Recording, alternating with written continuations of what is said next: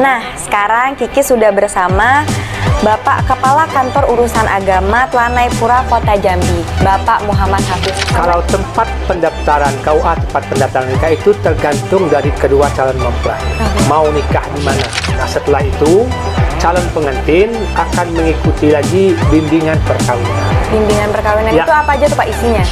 Kalau di masa pandemi COVID-19 ini, perbedaan dari yang biasa adalah bahwa kalau sudah selesai semua urusan administrasi maupun yang lain di kantor, menunggu pelaksanaan akad nikah yang dipesankan. Yang pertama adalah Jadi guys, rundown itu sangat penting. Jadi kalau misalnya terlambat saja, itu pasti acaranya juga kurang Ya. hikmat ya Pak. Ya, Seperti betul. itu.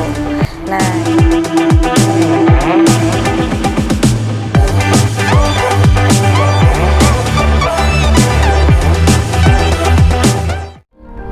Assalamualaikum guys, hari ini Kiki lagi jalan nih bareng tim menuju ke kantor urusan agama. Salah satu salah satu ya kan, gengs. Asik. Ada leader kita di sini, Mang Puja. Halo sahabat Anika. Ada, hai guys. Ada Bang Fajri, ada Anggi yang menemani kita produktif hari ini. Nah, hari ini masih suasana lebaran nih guys. Cuman sepertinya pandemi ini masih belum berakhir ya di Indonesia. Jadi sekalian kita mau bertanya-tanya mengenai calon pengantin kita untuk tanggal 6 Juni 2020. Jadi langsung ikutin aja, jangan lupa like dan subscribe video ini atau YouTube channel ini di YouTube channel Antika, yaitu Antika WO Official. Ikutin kita terus ya.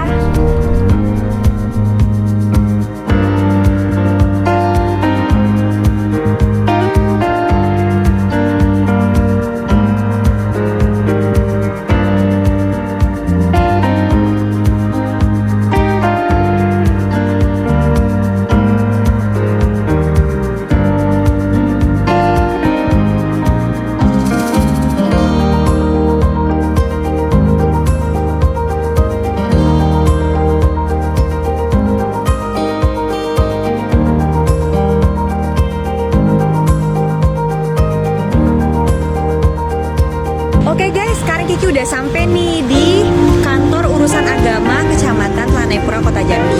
Nah, mau tahu bincang-bincang Kiki bareng siapa nih? Yuk ikutin terus.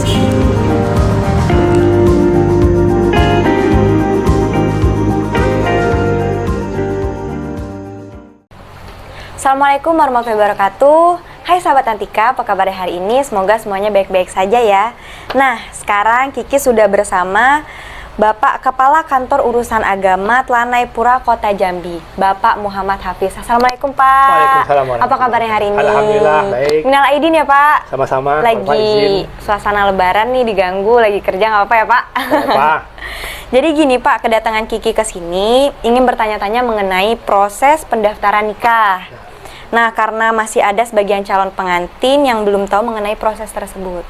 Jadi langsung aja ya Pak, sebelumnya Kiki ingin bertanya nih, syarat sahnya seorang mendaftar pernikahan itu apa saja Pak? Syarat sah seorang melaksanakan pendaftaran pernikahan yang pertama, dia harus membawa surat-surat yang telah diurus di kantor kelurahan, diantaranya adalah namanya model N1.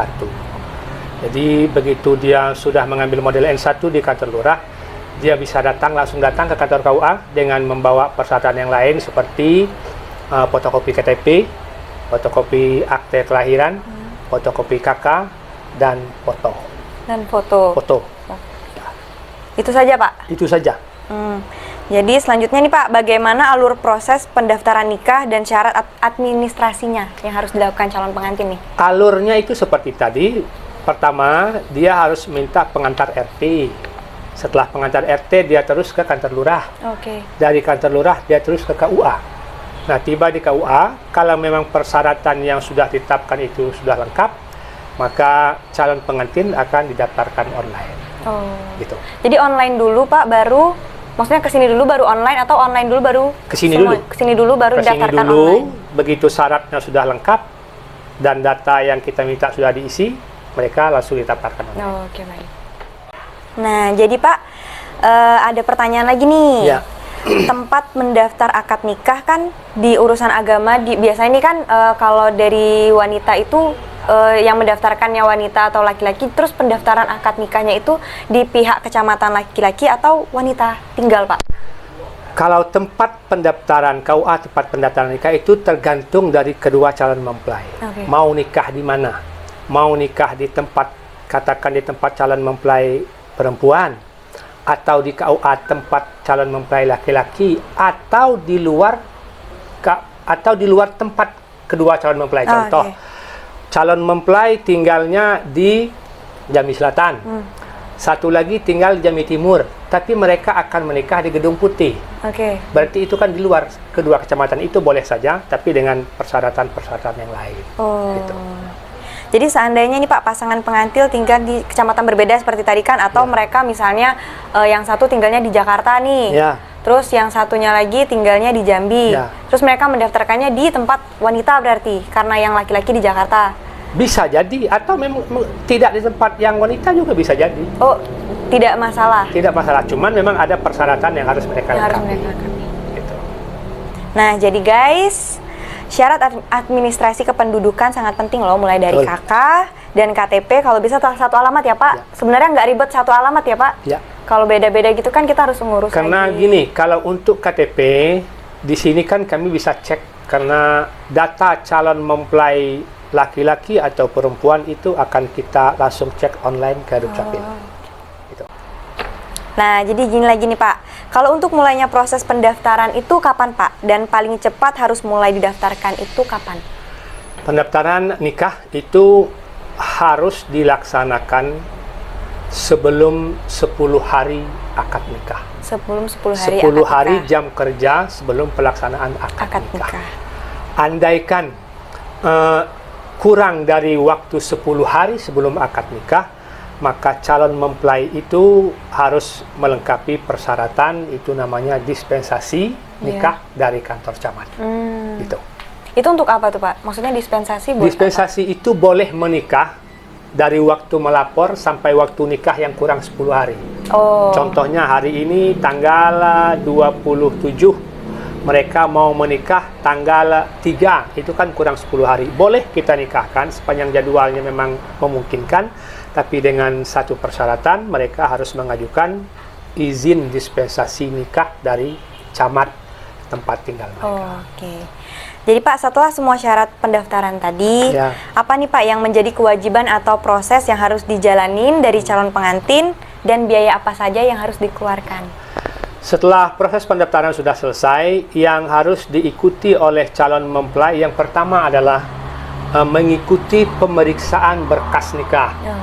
Nanti akan kita cek kelengkapan data dari yang bersangkutan dengan KTP, KK, maupun akte kelahiran. Nah, setelah itu calon pengantin akan mengikuti lagi bimbingan perkawinan. Bimbingan perkawinan itu apa aja tuh Pak isinya? Di bimbingan perkawinan itu intinya antara lain, pertama akan dijelaskan masalah yang berkaitan dengan ijab kabul. Yang kedua akan dijelaskan dengan calon mempelai itu bagaimana nanti cara berhubungan suami istri, dan akan dijelaskan lagi nanti bagaimana cara membangun dan membina kehidupan rumah tangga agar bisa menjadi keluarga yang sakinah mawaddah warahmah. Dan kewajiban yang terakhir, bagi calon mempelai yang menikah di luar kantor KUA, mereka harus melakukan penyetoran biaya nikah ke bank atau pos, itu Rp600.000. Biaya administrasi yang harus disetor ke kas negara yaitu Rp600.000. Dan bagi mereka yang melaksanakan akad nikah di kantor dan dalam jam dinas, mereka tidak dikenakan biaya apapun. Seperti itu. Nah, jadi begini nih Pak, kita kan tahu nih jika selama ini makin kesini makin banyak yang mau nikah. Kalau untuk penentuan tanggal dan jam pelaksanaan akad nikah, gimana tuh Pak supaya tidak terbentur dengan jadwalnya orang lain gitu? Kebetulan saya memang di kantor sudah membuat daftar, sudah menyiapkan buku pendaftaran nikah, dan di situ nanti bagi penerima pendaftaran itu sudah melihat jadwal. Jadwal hari itu sudah berapa orang, jam itu sudah berapa orang. Dan khusus di KUA Kecamatan Telanai Pura ini, dalam waktu 1 jam itu kami bisa menerima pendaftaran nikah 4 orang. Oh. Gitu. Jadi 1 hari itu bisa melaksanakan berapa pernikahan, Pak? Kalau tergantung masyarakat yang mendaftar. Kalau dalam situasi normal itu berapapun sepanjang tidak lebih 1 jam itu lebih dari 4 orang. Oke. Dalam 1 jam itu 4 orang kita masih bisa melayani. Oke. Gitu. Nah, jadi gini nih Pak, sekarang kan lagi dalam kondisi pandemi saat Ya. ini. Kita kan sama-sama tahu nih, semua calon pengantin juga ada yang undur akad nikah, acara nikah semua diundur semua. Jadi apa ada perbedaan perlakuannya Pak untuk nikah di, kan kita taunya nikah di kantor sama nikah di rumah gitu. Ya. Kalau di masa pandemi COVID-19 ini, perbedaan dari yang biasa adalah bahwa calon mempelai itu melaksanakan akad nikah itu harus dilaksanakan di kantor dan dengan protokol yang sangat ketat. Yang pertama, calon mempelai itu wajib memakai masker dan sarung tangan, dan yang hadir pun tidak lebih dari 8 orang. 8 orang. Dan bersamaan dengan itu juga bagi kami selama ini, bagi calon mempelai yang melaksanakan akad nikah di pandemi COVID-19 ini harus membuat pernyataan di atas materai bahwa mereka tidak akan melaksanakan resepsi pernikahan. Seperti itu. Jadi perlakuannya di sini dan di rumah tuh rangkaian acaranya sama, Pak? Kalau rangkaian acara nikah biasa di rumah dengan nikah di kantor hampir biasa lah, tidak ada yang kurang. Cuman sama mungkin saja. Waktunya saja yang kita batasi. Oke. Jadi Pak, setelah jadwal tersusun nih Pak, kira-kira apa nih pesan untuk tuan rumah atau wedding organizer pada pelaksanaan hari H akad nikah? Yang kami sampaikan biasanya kepada calon pengantin bahwa kalau sudah selesai semua urusan administrasi maupun yang lain di kantor, menunggu pelaksanaan akad nikah, yang kami pesankan yang pertama adalah bahwa kami meminta pelaksanaan akad nikah itu harus sesuai dengan jadwal. Karena kami jadwal yang sudah kami atur untuk pasangan calon mempelai itu, satu calon mempelai itu 1 jam. Tidak boleh, kalau bisa tidak boleh mundur atau molor jadwal, karena semua orang atau calon mempelai yang lain pun membutuhkan pelayanan yang sama. Gitu. Jadi guys, rundown itu sangat penting. Jadi kalau misalnya terlambat saja itu pasti acaranya juga kurang hikmat ya Pak, seperti itu. Nah, jadi ini nih informasi yang sudah Bapak sampaikan tadi sangat bermanfaat nih bagi kami yang saat ini memutuskan untuk menikah, termasuk saya. Termasuk saya guys. Nah, terakhir nih Pak, apa nih pesan untuk para pasangan yang akan menikah Pak? Pesan untuk Kiki juga lah Pak, mana tahu kan nanti kedepannya kan pasti akan nikah gitu. Untuk yang belum menikah dan yang ingin menikah, pesan saya adalah pertama, mantapkan hati. Untuk pasangan, jangan sampai melangkah dalam kehidupan rumah tangga itu dengan ragu-ragu. Karena kita awal dengan hal yang baik, hasilnya belum tentu baik. Apalagi kalau sudah kita awali dengan hal yang tidak baik, insya Allah hasilnya akan tidak baik. Dan lebih dari itu, saya berharap kepada yang mau menikah, pilihlah pasangan yang betul-betul saling mengerti, saling mengayomi, dan bisa menerima kondisi kita apa adanya. Apa adanya. Jadi guys, mantapkan hati, mantapkan jiwa kalian kalau kalian benar-benar mau menikah, karena gini ya Pak, satu untuk selamanya. Satu untuk selamanya. Nikah pertama dan yang terakhir. Dan yang terakhir. Ya, saya juga maunya gitu Pak. Jadi sekali lagi nih Pak, terima kasih banyak atas waktu dan informasinya. Lagi kerja diganggu sedikit. Makasih banyak ya Pak. Sama-sama. Oke, demikianlah guys bincang-bincang Kiki bersama Kepala Kantor Urusan Agama Kecamatan Ranaipura, Kota Jambi. Semoga dapat bermanfaat bagi kalian yang akan memutuskan untuk menikah. Tonton terus video di YouTube channel Antika WO Official. Jangan lupa like dan subscribe ya guys. Maaf kalau ada salah kata ataupun perbuatan yang tidak enak di dunia ini. Saya Kiki Antika undur diri. Assalamualaikum warahmatullahi wabarakatuh.